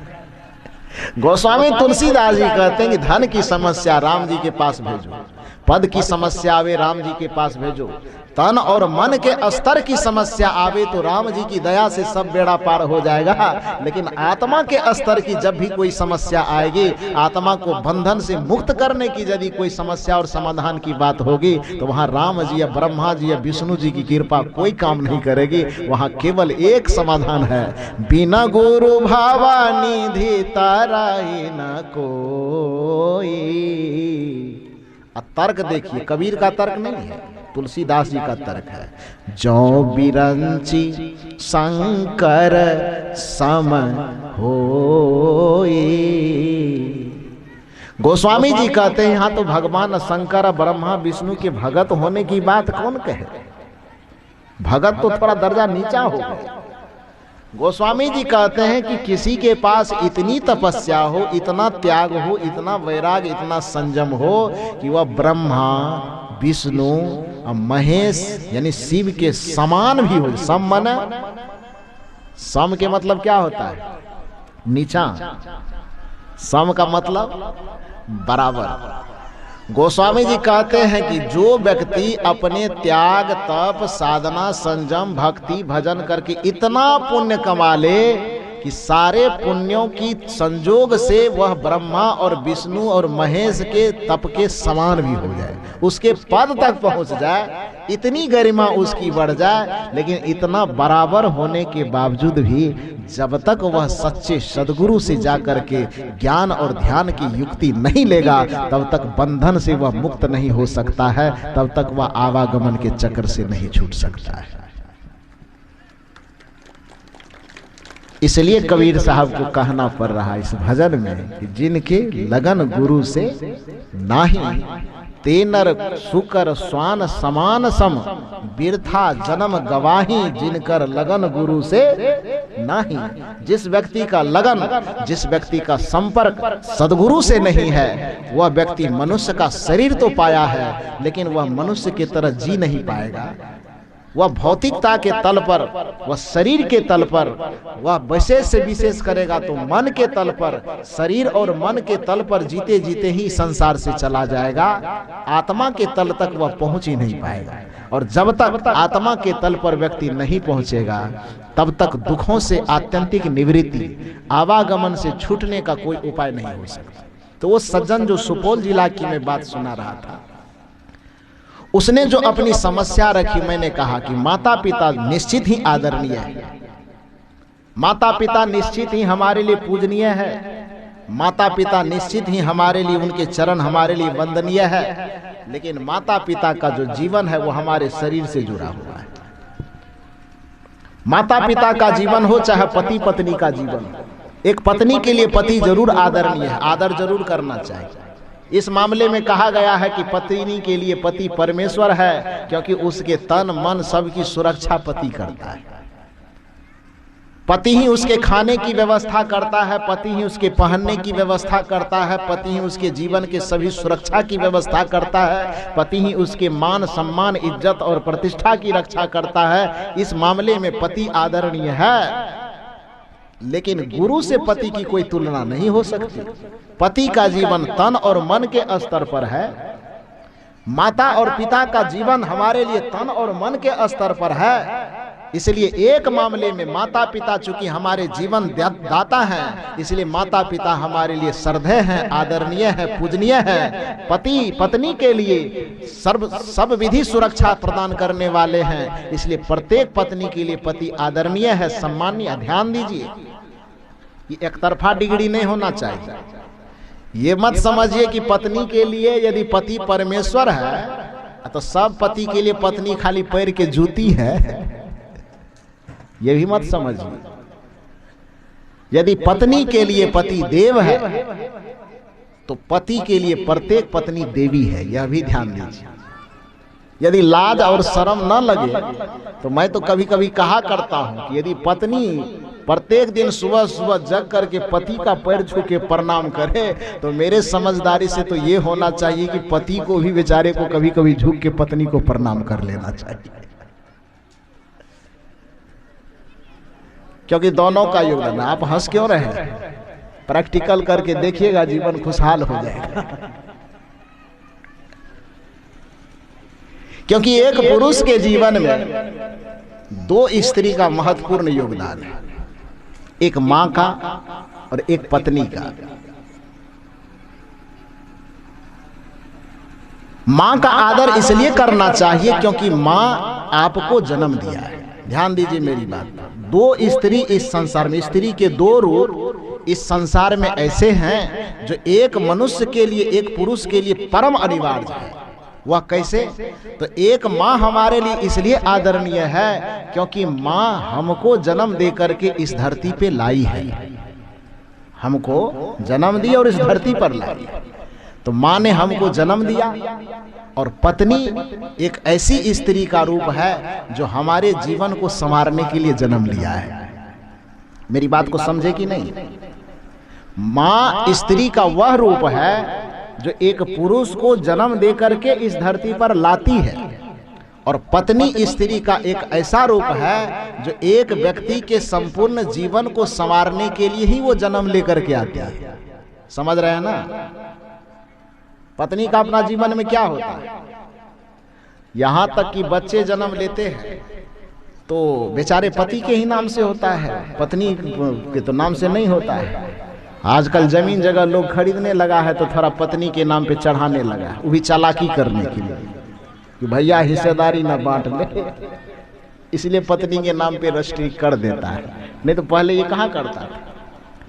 एक स्त्री बहुत सुंदर सवाल किया है पति वर्ग के लोगों से, पुरुष वर्ग के लोगों से। उन्होंने कहा कि सोचो, एक स्त्री के जीवन के बारे में जरा सा सोच करके देखो कि एक स्त्री इस संसार में मनुष्य का जन्म तो लेकर के आता है, लेकिन अपने लिए वह जीवन कब जीती है। उदाहरण दिया उन्होंने कि हाथ होता है पत्नी का, इसमें पहना जाने वाला जो कंगन है वो किसके नाम का होता है? चूड़ी जो पहनती है माता लोग, ये चूड़ी, ये कंगन किसके नाम का होता है? पति के नाम का होता है। ये चूड़ी कंगन श्रृंगार किसका है? पति का। मांग होती है स्त्री का, और इस मांग पे लगने वाला जो सिंदूर है वो किसके नाम का होता है? अब बोलिए ना जरा सा। पति के नाम का। गर्दन होती है स्त्री का, उसमें पहना जाने वाला जो मंगलसूत्र है वो किसके नाम का? वो सब चीज बोलते जाइए, एक के बारे में उठा के पटकेंगे बढ़िया से। पैर होता है पत्नी का, और उसमें जो पहना जाने वाला पायल है वो किसके नाम का होता है?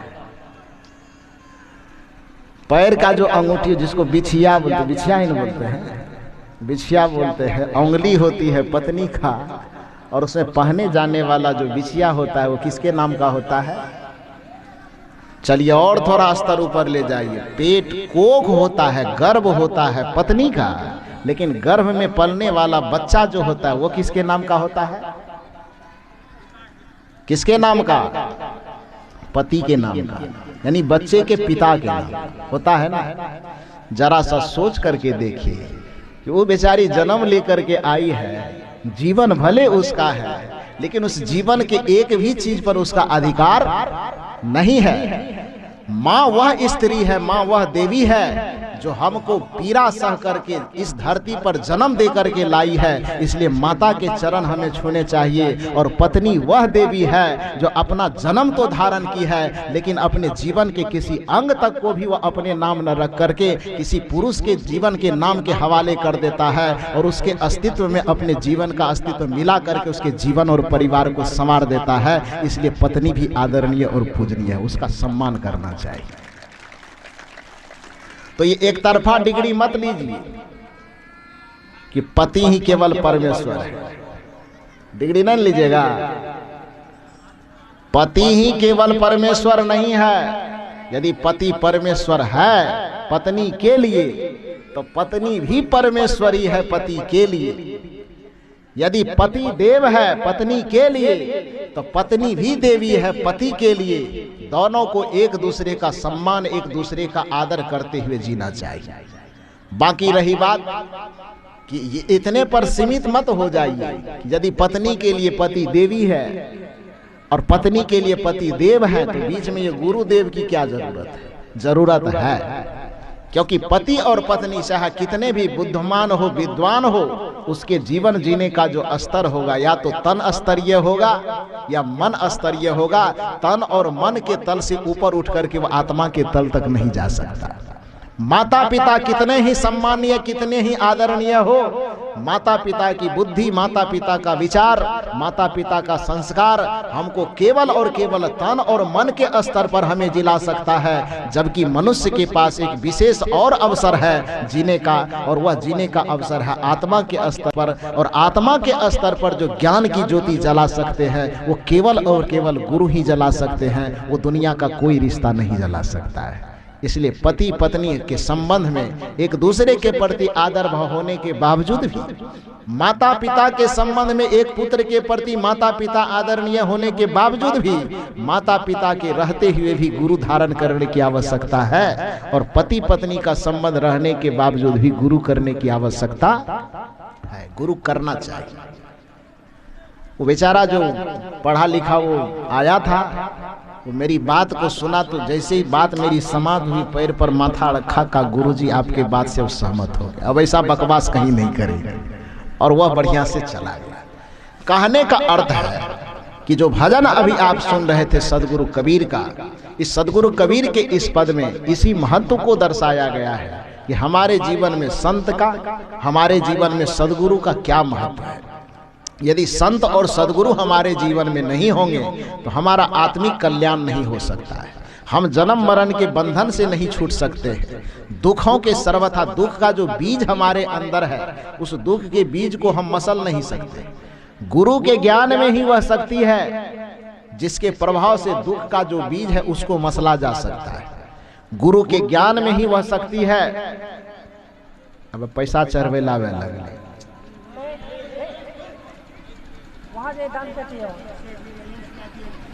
जाइए उधर।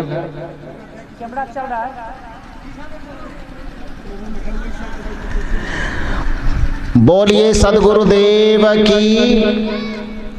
ये मंच से कहा जाना चाहिए, आप लोगों को प्रणाम करने का अवसर दिया जाएगा। ध्यान दीजिए मेरी बात को। जब प्रवचन समाप्त हो जाए, जिस समय प्रवचन होते रहे, ना कोई प्रणाम करने के लिए आइए और ना कोई पैसा चढ़ाने के लिए आइए। जब प्रवचन समाप्त हो जाए उसके बाद आपको 10 मिनट समय दिया जाएगा। आकर के जितना माथा रगड़ना हो, जितना पैसा चढ़ाना हो, खूब चढ़ाइए, लेकिन जब तक प्रवचन चले नहीं आना चाहिए। बोलिए सदगुरुदेव की। तो मैं मूल रूप से क्या कह रहा था कि हमारे जीवन में आत्मा के समस्त बंधनों को तोड़ने के लिए गुरु की आवश्यकता है, सदगुरु की। एक बात और, कुछ लोगों के मन में यह होता है कि गुरु एक होता है कि गुरु अनेक होता है। तो ध्यान दीजिए, जो आत्मा के उन्नति का जो चैप्टर है, जिसको अध्याय बोला जा सकता है, वो आत्मा, उन्नत आत्मा के कम से कम 7 चैप्टर है। जब यह आत्मा इस संसार में सत्य को जानने के इच्छुक होता है, भोग से ऊपर उठ करके, भोग से आगे बढ़ करके आत्मा, परमात्मा, स्वर्ग, नरक, मुक्ति, मोक्ष, बंधन इत्यादि के बारे में जरा सा चिंतन करने की ललक जगती है, तो ऐसे संस्कारी आत्मा का सबसे पहला नाम है जिज्ञासु। ध्यान दीजिए मेरी बात को। जब भोग में, विषय में, वासना में थक जाने के बाद, वासनाओं से थक जाने के बाद, भोगों से थक जाने के बाद, प्रपंचों से थक जाने के बाद, नशा दुर्व्यसन से थक जाने के बाद, जब यह मन आत्म कल्याण के बारे में सोचने लगता है, स्वर्ग नरक के बारे में सोचने लगता है, बंधन और मुक्ति के बारे में सोचने लगता है, और उसके विषय में जानने की जब प्रबल इच्छा होती है, ये आत्मा क्या है, परमात्मा क्या है, धर्म क्या है, ज्ञान क्या है, भक्ति क्या है, इस बात को जानने की जब प्रबल इच्छा हमारे मन में जगती है, तो ऐसे संस्कारी आत्मा का पहला नाम है जिज्ञासु। समझ गए? मन धर्म को जानने की इच्छा जिसके अंदर पैदा हो जाए, उस आत्मा को जिज्ञासु आत्मा कहा जाता है। जिज्ञासु होने के बाद जब मोक्ष तत्व की प्रबल वेदना, मोक्ष को पाने की प्रबल वेग जब उसके अंदर आ जाती है कि नहीं, अब किसी भी कीमत पर मोक्ष कैसे प्राप्त किया जा सके, इसके लिए हमें गुरु की खोज करनी है, हमें गुरु के शरण में जाना ही है। मोक्ष पद की प्रबल इच्छा जिस आत्मा के अंदर जग जाए, उसको कहा जाता है मुमुक्षु। यह आत्मा का दूसरा स्टेज है। पहला स्टेज जिज्ञासु, सत्य को, धर्म को, भक्ति को, ज्ञान को जानने की इच्छा, जिज्ञासा जिसके अंदर जग गया, उस आत्मा का पहला नाम क्या है? जिज्ञासु। जिज्ञासु होने के बाद बंधन को तोड़ करके मुक्ति की प्राप्त करने की प्रबल इच्छा जिसके अंदर जग गई, अब सदगुरु की खोज में जो निकल गए, वैसे संस्कारी आत्मा का दूसरा नाम है मुमुक्षु। गुरु के शरण में जाकर के, गुरु से दीक्षा लेकर के, भजन भेद लेकर के, और उस मोक्ष की साधना करने में जो जुट गया, जो साधना के पथ में चलने के लिए तैयार हो गया, उस तीसरे आत्मा के उस तीसरी अवस्था का नाम है साधक। जो साधना में संलग्न हो गया, साधना में जुड़ गया, उसको साधक कहा जाता है। और साधना में जुड़ करके जो निरंतर साधना कर रहा है, कभी हो रहा है, कभी नहीं हो रहा है, कभी भटक रहा है, कभी फिर चल रहा है, कभी गिर रहा है, कभी फिर चल रहा है, कभी मन को समझा रहा है, कभी मन से पछाड़ खा रहा है, ऐसी अवस्था में पहुंचे हुए आत्मा का नाम है साधु। क्या नाम है? साधु। और जब साधना में परिपूर्ण होकर के मन को एकाग्र कर लिया, मन को अपने बस में कर लिया, मन के डमाडोल की स्थिति खत्म हो गई, साधना में सिद्धि को प्राप्त कर लिया, तब ऐसे साधु की आत्मा से ऊपर उठ करके तब यह आत्मा कहलाने लगती है संत। क्या कहलाने लगती है? तो पहला क्या बना? जिज्ञासु। दूसरा क्या बना? मुमुक्षु। तीसरा क्या बना? साधक। चौथा क्या बना? साधु। और साधना में जब सिद्धि को प्राप्त कर लिया, जीवन का यदि क्लेश मिट गया, तो उसको कहा जाता है, पांचवा स्टेज जो आत्मा का होता है वह कहलाता है संत। क्या कहलाता है? संत कहलाता है। और जिसने अपने जीवन की शांति को प्राप्त कर लिया, अपने जीवन की अशांति को मिटा लिया, और अपनी अशांति को मिटा करके दूसरे की अशांति को मिटाने की जो जिम्मेदारी अपने कांधे पर ले लिया, दूसरे के दुख को मिटाने के, दूसरे की पीड़ा को मिटाने की जो जिम्मेदारी आपने कांधे पर ले लिया, तो आत्मा की वो छठी अवस्था है जिसको गुरु कहा जाता है। जिसको क्या कहा जाता है? छठी अवस्था में गुरु। और समस्त बंधनों से मुक्त करके, समस्त दुख और क्लेशों को मिटा करके आत्मा को परमात्मा रूप में बना देने वाला 7-8वां स्तर में होता है कोई सदगुरु। हमारे जीवन में जब से हम जन्म लिए हैं तब से एक गुरु नहीं होता। जब से हम जन्म लिए हैं तब से एक नहीं, लाखों, हजारों, करोड़ों, असंख्य गुरु हो सकते हैं। क्योंकि गुरु का नाम केवल होता है सिखाने वाला। जन्म लिए हम पेंट पहनने के लिए नहीं जानते थे, यह भी किसी ने सिखाया है, उसको भी गुरु कहा जाता है। क्योंकि गुरु का अर्थ ही होता है, गुरु मतलब सिखाने वाला, और शिष्य का मतलब सीखने वाला। हम खाने के लिए नहीं जानते थे, किसी ने हमको खाना खाने के लिए, मुंह में दाना डालने के लिए सिखा दिया, वह भी हमारे गुरु। हम पानी पीने के लिए नहीं जानते थे, किसी ने हमको गिलास मुंह में लगा करके पानी पीना सिखा दिया, वह भी हमारे गुरु हैं। हम अक्षर का ज्ञान नहीं जानते थे, किसी ने क माने कबूतर, ख से खरगोश, ग से गिलहरी करना सिखा दिया, वह भी हमारे गुरु हैं। हम रास्ता चल रहे हैं, रास्ता चलने पर भी हम भटक जा रहे हैं, जहाँ जाना है वो हमें दिख नहीं रहा है। रास्ते में चौराहे पर खड़े होकर के किसी को हमने पूछ लिया कि हमें इधर जाना है कि किधर जाना है, उसने रास्ता बता दिया, वह भी हमारे गुरु हैं। यही कारण है कि आप बनारस की धरती पर चले जाइए, हमारे साहब जी तो वहाँ रह करके पढ़े ही हैं, तो वहाँ का तकिया कलाम शब्द ही है, वहाँ का तकिया कलाम शब्द है गुरु। गुरु का गुरु, कोई भी बात पूछेगा का गुरु, साहब जी हमसे ज्यादा बेहतर बताएंगे कि हर एक बात में वहां गुरु शब्द का ही प्रयोग होता है। जिस भी बात की चर्चा होगी उसमें गुरु शब्द का प्रयोग किया। रिक्शा वाला भी वहां गुरु है, बीड़ी बेचने वाला भी गुरु है, दारू बेचने वाला भी गुरु है, शिखर गुटखा मुंह में लिया हुआ है फिर भी गुरु है, चंदन लगाने वाला भी गुरु है, यहाँ तक कि जो बकरी कसाई का काम करता है, कसाई खाना में रहता है, उसको भी गुरु ही कहा जाता है। जितने लोग वहाँ धंधा करने वाले सबको बात बात में, चर्चा चर्चा में वहाँ गुरु शब्द का प्रयोग किया जाता है।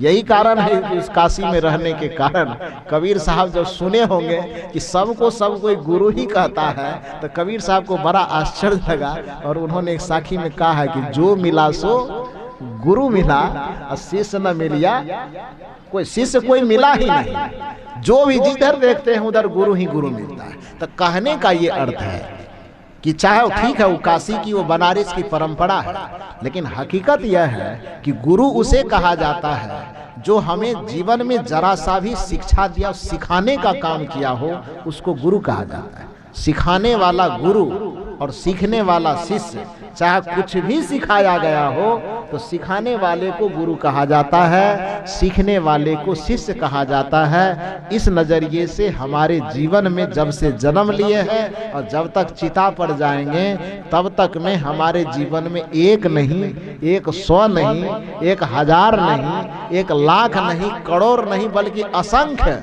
अनगिनत गुरु हो सकते हैं। किंतु जन्म और मरण के बंधन से पार करने वाले, समस्त दुख और क्लेशों से बेड़ा पार करने वाले, आवागमन के चक्र से बेड़ा पार करने वाले एक होते हैं जिसका नाम है सद्गुरु। यदि गुरु से हम जाकर के जुड़े हैं तो गुरु को जीवन में कई गुरु किए जा सकते हैं, लेकिन यदि एक सच्चे सद्गुरु मिल गए जिसके शरण में जाने के बाद हमारे जीवन के ताप कम होने लगे, हमारे मन के संताप कम होने लगे, हमारे मन की पीड़ा कम होने लगे, तो ऐसे सद्गुरु को प्राप्त कर लेने के बाद फिर अलग से कोई गुरु बदलने की आवश्यकता नहीं पड़ती है। तो गुरु को तो बदला जा सकता है लेकिन सद्गुरु को नहीं बदला जा सकता। गुरु हमारे जीवन में हजारों हो सकते हैं, लेकिन सद्गुरु यदि एक बार मिल जाए तो कबीर साहब ने कहा भी है कि तीर्थ गए से एक फल, और संत मिले फल 4, और सद्गुरु यदि मिले तो अनंत फल, और कहीं कबीर पुकार। तो सद्गुरु यदि हमें मिल जाए, सद्गुरु के शरण में यदि चल गए हैं तो वहाँ गुरु बदलने की, संत बदलने की आवश्यकता नहीं पड़ती, वहाँ से हमारा कल्याण होता है। तो कहने का ये अर्थ है कि जिस भजन को अभी आप और हम सुन रहे थे, उस भजन में ये कहा जा रहा था कि जिनके लगन गुरु से नाही, जिनकी लगन, जिनकी निष्ठा, जिनका संबंध सद्गुरु से नहीं जुड़ा हुआ है, वह आत्म कल्याण से वंचित रह जाता है, वह आवागमन के चक्र में उलझा रह जाता है, वो जन्म मरण के बंधन में फंसा रह जाता है, वह दुख के भंवर में वह फंसा रह जाता है। यदि हमारे मन में यह धारणा है कि पति पत्नी के लिए परमेश्वर है, माता पिता पुत्र के लिए भगवान है, तो उनकी पूजा यदि हम कर रहे हैं, उनकी सेवा यदि हम कर रहे हैं, तो अलग से फिर गुरु सद्गुरु बनाने की क्या आवश्यकता है। तो इस भ्रम को अपने मन में न पाले। शरीर स्तर पर सुखपूर्वक जीने के लिए पति पत्नी सहयोगी हैं, माता पिता सहयोगी हैं, आदरणीय है, वंदनीय है, पूजनीय है, सम्मानीय है, वह सब ठीक है अपने जगह पर। लेकिन यदि हमें अपना आत्म कल्याण करना हो, आत्मा का उद्धार करना हो, तो हमें सत्संग में आना चाहिए, संत के शरण में आना चाहिए और सद्गुरु से दीक्षा लेकर के युक्ति पूर्वक आत्मा की अनुभूति कैसे होगी इसका रास्ता जानना चाहिए।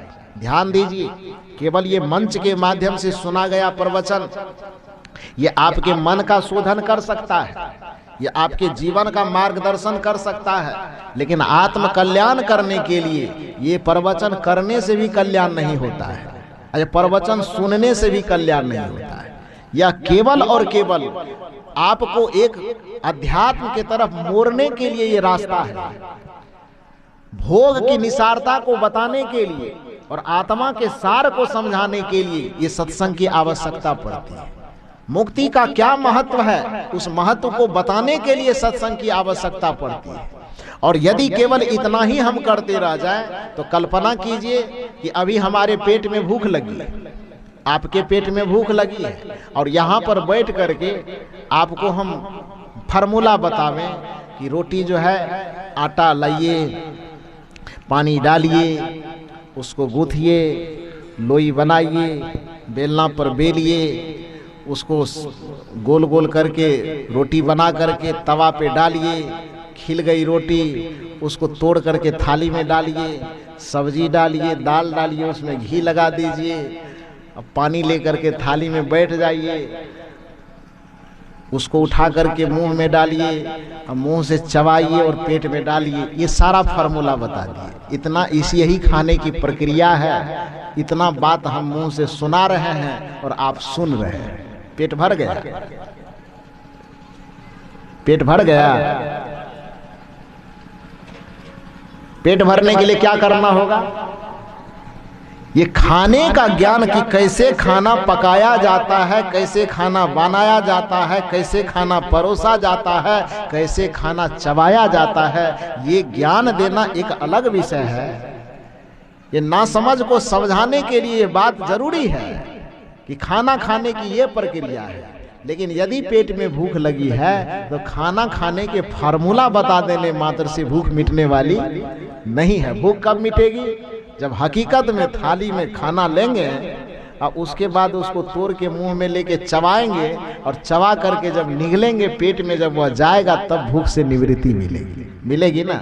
तो ये सत्संग में जो कथाएं कही जाती हैं, सत्संग में जो प्रवचन किया जाता है, ये केवल आत्मा परमात्मा मोक्ष मुक्ति को के समझाने के लिए फार्मूला बताया जाता है। बाकी प्रायोगिक रूप में करने के लिए जब आप गुरु से दीक्षा लेते हैं तो दीक्षा लेने के वक्त में गुरु रास्ता बताते हैं ध्यान का।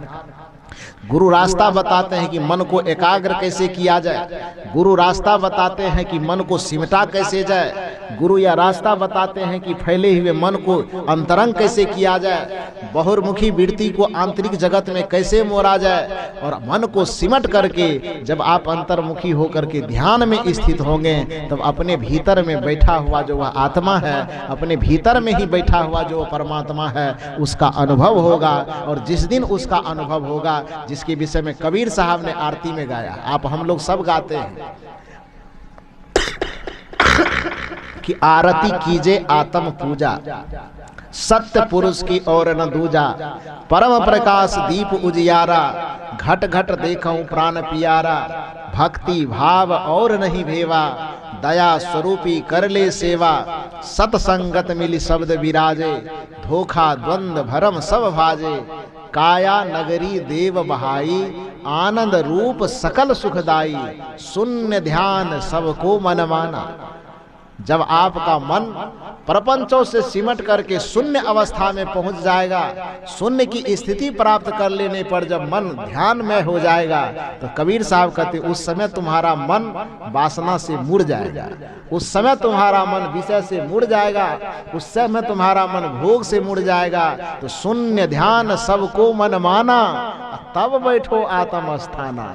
जिस दिन तुम्हारा मन उस शून्य अवस्था को प्राप्त कर लेगा, जिस दिन तुम्हारा मन सहज अवस्था को प्राप्त कर लेगा, उस दिन आत्मा की अनुभूति हो जाएगी। कबीर साहब ये आरती में कहते हैं, शून्य ध्यान सबको मन माना, तब बैठो आत्म अस्थाना। कहि कबीर सहज यह, कहि कबीर निज रहनी संभारी, सदा आनंद रहे नर नारी। सदगुरु कबीर कहते हैं कि यह सहज रहनी है कि शून्य ध्यान में पहुंच करके अपने मन को मनाओ, और मन मान जाए तो फिर आत्मा का दर्शन कर लो।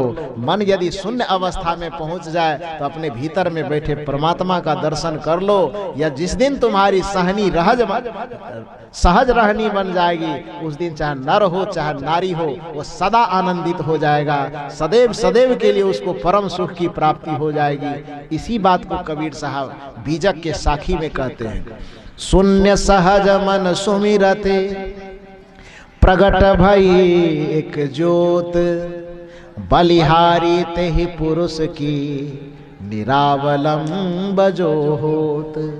जब गुरु से युक्ति प्राप्त करके बाहर की वृत्तियों को सिमट करके, बाहर से मन को सिमट करके जब हम अंतरंग करते हैं, तो अंतरंग करने पर कबीर साहब कहते शून्य सहज मन सुमिरते। मन को सहज और शून्य बना करके जब गुरु मंत्र का सुमिरन करोगे तो उससे होगा क्या? प्रगट भई एक ज्योत, भीतर में ज्ञान और ध्यान की ज्योत प्रकट होगी, वो जलेगा। शून्य सहज मन सुमिरते, प्रगट भई एक ज्योत, बलिहारी तेहि पुरुष की, निरावलंब जो होत। तो जब एक सच्चे सदगुरु के शरण में आकर के दीक्षा प्राप्त करके उनसे युक्ति जान करके, प्रवचन तो सुनना ही है, यह भी आधार है मन को सिमटने का, लेकिन इसी को सब कुछ मान करके कि आए बैठे प्रवचन सुन लिए और झाल करताल बजा करके घर चले गए, बस इतना से ही काम हो जाएगा, ये नहीं होगा। यह काम केवल थ्योरी को समझाने के लिए है और प्रयोग करने के लिए जब आप शांत में हो, एकांत में बैठें और एकांत में बैठ करके कुछ देर अपने आत्मचिंतन में अपने समय को, अपने ध्यान को लगावें, अपने मन को बाह्य विषयों से, भोगों से सिमट करके आत्मा के तरफ मोड़ें और उस ध्यान की सिद्धि अवस्था को प्राप्त करके, ध्यान की युक्ति को जान करके जिस दिन आत्म अनुभूति का प्रयास कीजिएगा तो आत्मा का अनुभव भीतर में ही होगा, परमात्मा का अनुभव भीतर में ही होगा, ईश्वर का अनुभव भीतर में ही होगा। और जिस दिन ईश्वर अनुभूति का लक्ष्य आपने प्राप्त कर लिया, आत्म अनुभूति का लक्ष्य आपने प्राप्त कर लिया, तो कबीर साहब तो कह ही रहे कि कहा ही कबीर यह रहनी संभारी तो सदा आनंद रहे नर नारी। और इसी बात का समर्थन गोस्वामी तुलसीदास जी भी करते हैं। गोस्वामी तुलसीदास जी भी कहते हैं कि जिस दिन गुरु के शरण में आकर के आत्मज्ञान को प्राप्त कर लोगे और आत्मा में स्थित हो जाओगे, उस दिन पता चलेगा कि वह परमात्मा मेरे ही अंदर है। गोस्वामी तुलसीदास जी की पंक्ति रामचरितमानस के उत्तरकांड में देखिए तो उसमें गोस्वामी जी लिखे हैं, सोहम अस्मि इति वृत्ति अखंडा दीप शिखा सोई परम प्रचंडा। तो कबीर साहब कहते हैं कि वह ज्योति जलेगी, आत्मा के अंदर जब अनुभूति होगी, अपने अंदर में आत्म तत्व की अनुभूति होगी तो ज्ञान का, ध्यान का दिया जलेगा। और गोस्वामी तुलसीदास जी कहते हैं कि जिस दिन परपंच से छूट करके अपने आत्मिक यात्रा पर निकलोगे, जिस दिन तुम्हारा मन सिमट जाएगा, उस दिन पहला अनुभव होगा सोहम अस्मि। ये संस्कृत का शब्द है, सोहम अस्मि, ये संस्कृत का शब्द है जिसमें 3 शब्द जुड़ा हुआ है, सो, अहम और अस्मि। तीनों का अर्थ अलग अलग कीजिए। सो का मतलब वह, और अहम का मतलब मैं, और अस्मि का अर्थ हूँ। सोहम अस्मि इति वृत्ति अखंडा। देखिए गोस्वामी तुलसीदास जी कबीर साहब से कैसे पहचान ले रहे हैं आत्मज्ञान को। उस सब जगह राम जी के पास भेजने से काम नहीं चलेगा। जब गुरु के शरण में आएंगे, गुरु से भवसागर तरने की युक्ति पाएंगे, गुरु से जन्म मरण से मुक्त होने की युक्ति पाएंगे तो क्या होगा? आत्मा जब अंतरंग मुड़ेगी तो क्या होगा? पहली बार यह पता चलेगा कि बाहर में राम और बाहर में कृष्ण को करने से कुछ होने वाला नहीं। ये मैं नहीं कह रहा, ये गोस्वामी तुलसीदास जी कह रहे हैं। तो जैसे ही मन बाहर से सिमट करके अंतरंग होगा तो सबसे पहले पता चलेगा सोहम अस्मि इति वृत्ति अखंडा दीप शिखा सोई परम प्रचंडा। इसका विश्लेषण कीजिए, लाइए व्याकरण को थोड़ा सा। साहब जी तो वेदांताचार्य हैं, वेद शास्त्र का अध्ययन संस्कृत में किया और काशी जैसे जगह पे रह के किए। साहब जी के सामने में मैं बोल रहा हूँ, गलती हो जाएंगे तो साहब जी सुधार देंगे। तो सो का मतलब, सो मन क्या होता है? सो मन वह, सह मन वह, सो मन वह। तो सो अहम, सो मन वह, अहम मन मैं, अस्मि मन हूँ। तो शोक मन क्या, वह मन क्या? वह मतलब कि जिस परमात्मा, जिस ईश्वर, जिस खुदा और परमात्मा को हम बाहर खोज रहे हैं, वह अहम, वह बाहर नहीं है बल्कि अब हम कहाँ कह रहे हैं? कबीर साहब कहाँ कह रहे हैं? ये गोस्वामी जी को कहना पड़ रहा है। क्या कह रहे हैं? सो हम, वह जिस परमात्मा को हम बाहर खोज रहे हैं, जिस परमात्मा को हम तीर्थ में खोज रहे हैं, जिस परमात्मा को हम मंदिर और मस्जिद में खोज रहे हैं, जिस परमात्मा और ईश्वर को हम आकाश और पाताल में खोज रहे हैं, वह वहाँ नहीं है। तो वह कहाँ है?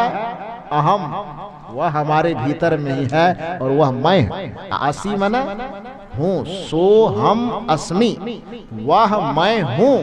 जिसको बाहर हम खोज रहे हैं, जिसको हम मंदिर में खोज रहे हैं, जिसको हम तीर्थ में खोज रहे हैं, जिसको पूरे दुनिया के जगहों में भटक भटक के खोज रहे हैं, वह बाहर नहीं, वह कहाँ है? तो सोहम अस्मि, वह मैं ही हूँ। इति वृत्ति अखंडा, यह अखंड वृत्ति, अखंड माना जिसका खंड नहीं, जिसका तार कभी टूटे नहीं, इस भाव का तार हमारे अंदर में जग जाता है कि जिस परमात्मा को हम बाहर खोज रहे हैं, जिस ईश्वर को हम बाहर खोज रहे हैं, वह बाहर में नहीं है बल्कि वह मेरे अंदर ही है और वह मैं ही हूँ। ये कौन कह रहे हैं? गोस्वामी तुलसीदास जी। सोहम अस्मि इति वृत्ति अखंडा, दीप शिखा सोई परम प्रचंडा। और जिस दिन यह भाव आपके अंदर जग गया तो समझिए कि रिजल्ट मिल गया कि आज आत्मज्ञान हमको हो गया। और गोस्वामी जी को अंत में मोहर मार के कहना पड़ रहा है, आत्म अनुभव सुख सुप्रकाशा।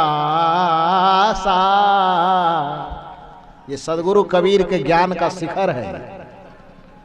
सदगुरु कबीर जिस आत्मज्ञान की बात करते हैं, सदगुरु कबीर जिस आत्मा को ही परमात्मा सिद्ध करने के लिए पूरा जीवन भर अपना सारा त्याग तप लगा देते हैं, अंत में सदगुरु कबीर के 600 वर्ष गुजर जाने पर, सदगुरु कबीर के 300 वर्ष बीत जाने पर जब गोस्वामी तुलसीदास जी आते हैं तो अपने ज्ञान को चौहद्दी मारने के लिए तो पता नहीं कितना नक्शा बनाते हैं, लेकिन चौहद्दी मारने के बावजूद भी घूम फिर करके वो कबीर साहब के पास उनको लौट करके आना पड़ता है। और अंत में कबीर के ज्ञान में अपना सुर में सुर मिलाते हुए जिस आत्मज्ञान की प्रबल समर्थन सदगुरु कबीर ने जीवन भर किया, उसी आत्मा तक ले जाकर के गोस्वामी तुलसीदास जी भी हाथ जोड़ लेते हैं।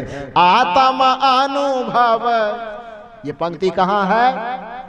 रामचरितमानस के उत्तर कांड में जाकर के देख लीजिएगा। पहली बात तो मिलेगी, वही मिलेगी कि सोहम अस्मिति वृत्ति अखंडा, कि जिस भगवान को हम बाहर खोज रहे हैं भगवान बाहर नहीं है बल्कि वह कहाँ है? मेरे अंदर ही है और वह मैं ही हूँ, वह आत्मा ही है। और जब उस आत्म तत्व का अनुभव होगा तो क्या होगा? गोस्वामी जी आखिरी मोहर मारते हैं, आत्म अनुभव सुख सुप्रकाशा। जिस दिन आत्म तत्व का अनुभव अपने भीतर में हो जाएगा तो उस दिन सुख का शुभ प्रकाश फैल जाएगा। आत्म अनुभव सुख सुप्रकाशा, यह हो गया तो इसके रिजल्ट में क्या मिलेगा? तब भव भेद भरम सब नासा। तब आपके जीवन में जितने संसार के दुख हैं, भव भेद भरम, सबका एक ही दिन में क्या हो जाएगा? नाश हो जाएगा। यही तो करना चाहते हैं, मानव जीवन धारण करके यही करना चाहते हैं कि हमारे जीवन से सांसारिक दुख खत्म हो जाए, सारा भेद खत्म हो जाए, उबड़ खाबड़ खत्म हो जाए, और जीवन में जितने भरम है सबका नाश हो जाए, यही चाहते हैं। ये कैसे मिलेगा? कबीर साहब कहते हैं कि जब तक आत्म ज्ञान बिना नर भटके, कोई मथुरा कोई काशी रे, पानी में मीन पियासी रे, मोहि सुनी सुनी आवत हासी रे।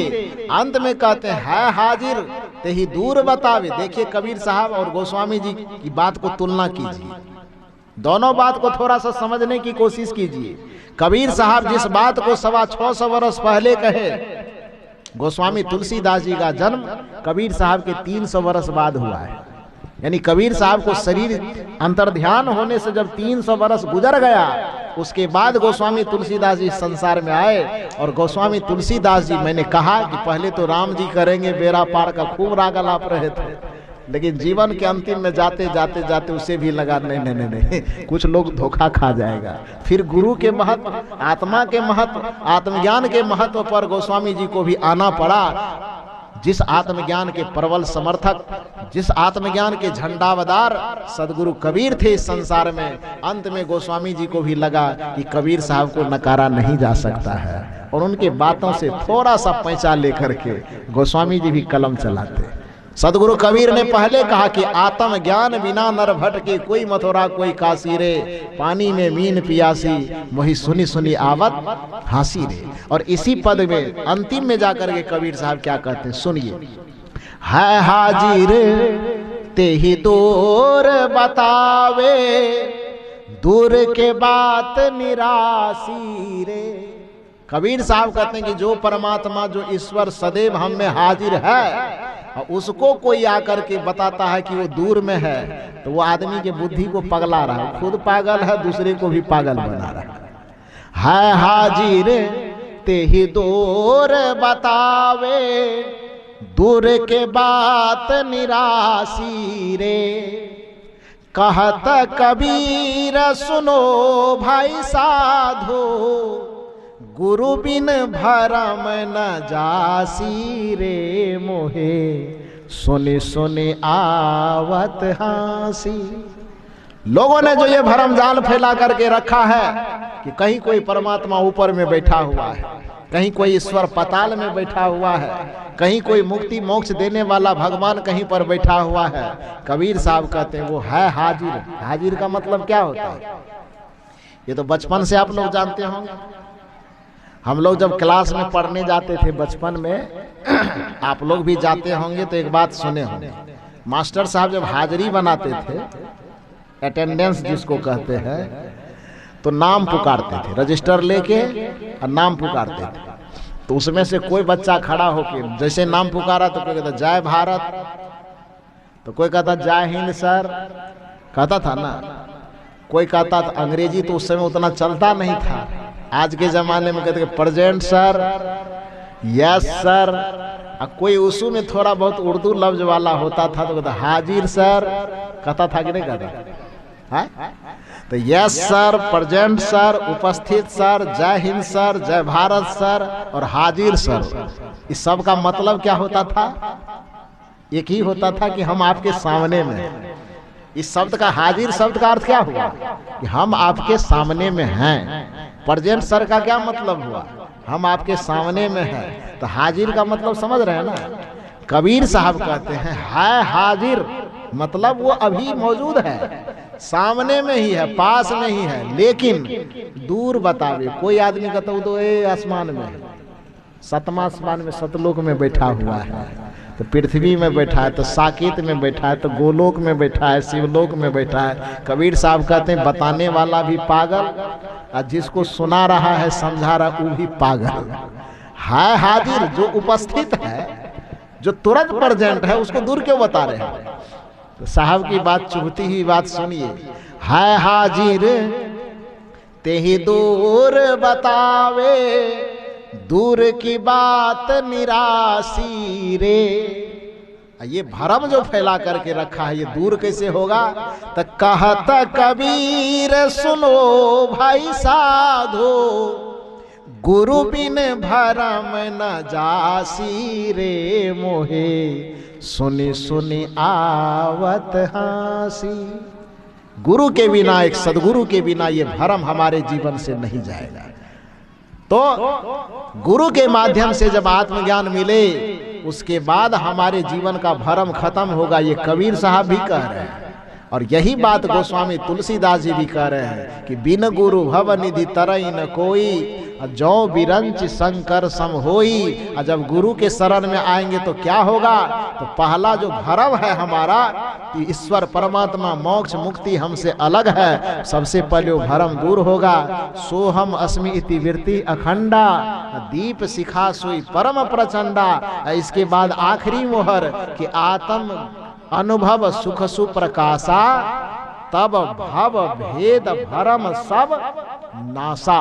तब सभी प्रकार के भेद, सभी प्रकार के भरम, सभी प्रकार का भव नष्ट हो जाएगा। और जब सब नष्ट ही हो गया तो परम सुख ही न बचेगा। जब सब नष्ट हो गया तो फिर परम शांति ही न बचेगी। जब सब नष्ट हो गया, संसारिकता खत्म हो गई, तो परमात्मा ही न बचेगा। जब वासना खत्म हो गई तो ईश्वर ही न बचेगा। तो गोस्वामी जी कहते हैं बस आत्मज्ञान जिस दिन हो गया, उस दिन संसारिकता खत्म हो जाएगी और परमात्म तत्व की अनुभूति होगी। तो उस आत्म तत्व की अनुभूति दुनिया के किसी रिश्ते और संबंधों के द्वारा नहीं हो सकता। उस आत्म तत्व की अनुभूति केवल गुरु और केवल सदगुरु से हो सकता है। जिसने सदगुरु से लगन लगाया, जिसने सदगुरु से संबंध जोड़ा, उसका जीवन पाना सार्थक हुआ, उसका बेड़ा पार हो गया।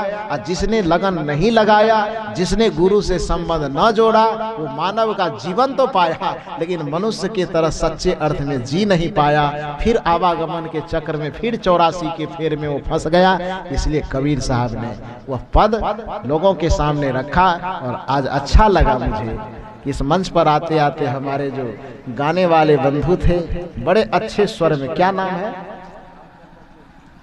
रामचंद्र, श्री रामचंद्र केसरी जी, बहुत बढ़िया पद आपको सुना रहे थे।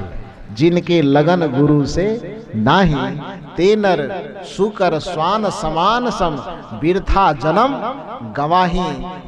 जिनकी लगन गुरु से नाही, तो गुरु से यदि लगन नहीं लगी है जिसकी अभी तक, आइए हम लोगों के सामने इस समाज के कुलगुरु बैठे हुए, ऐसे कुलगुरु के पास आकर के जो विद्वान हैं, जो धर्मात्मा, जो ज्ञानी हैं, जो विवेकी हैं, जो भरम में नहीं फंसाते हैं बल्कि भरम में डूबे हुए लोगों का हाथ पकड़ करके भरम के कुआं से बाहर निकाल लेते हैं, ऐसे गुरु के शरण में आकर के अपने जीवन को समर्पित करके ज्ञान ध्यान की युक्ति जान करके और सभी प्रकार के परपंचों से मुक्त होकर के आत्मज्ञान को प्राप्त कीजिए और अपने जीवन और जन्म को सफल बनाइए। अन्यथा आपको भी फिर उसी श्रेणी में जाना पड़ेगा कि जिनके लगन गुरु से नाही, ते नर कुकर स्वान समान सम, बिरथा जन्म गवाही। तो हमें अपने मानव जीवन को व्यर्थ में नहीं गंवाना है, हमें अपने मानव जीवन को सार्थक बनाना है। इसलिए अपने जीवन को विषय वासना भोग से ऊपर उठाते हुए अपने जीवन को सदगुरु के शरण में समर्पित कर देना है। बस इतना ही निवेदन करके आप लोगों को बहुत बहुत साधुवाद धन्यवाद देते हुए,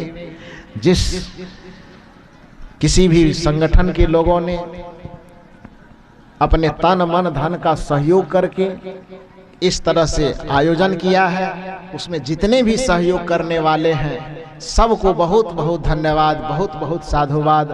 आप तमाम श्रोता बंधु जो कोई नदी पार करके आए हैं, कोई आर पर चल करके आए हैं, कोई कहीं से विभिन्न प्रकार से सारे कष्टों को झेलते हुए आप इतने सद्ज्ञान प्रवचन ज्ञान को सुनने के लिए आप आए हैं, इसके लिए आप लोगों को भी बहुत बहुत साधुवाद, बहुत बहुत धन्यवाद देते हुए मंचासीन तमाम पूज्य संत गुरुजनों के चरणों में कोटि कोटि नमन करता हूं और तमाम श्रोता बंधुओं के हृदय में बैठे हुए परमात्मा को सादर नमन वंदन करते हुए मैं अपनी वाणी को यहीं पर विराम देता हूं।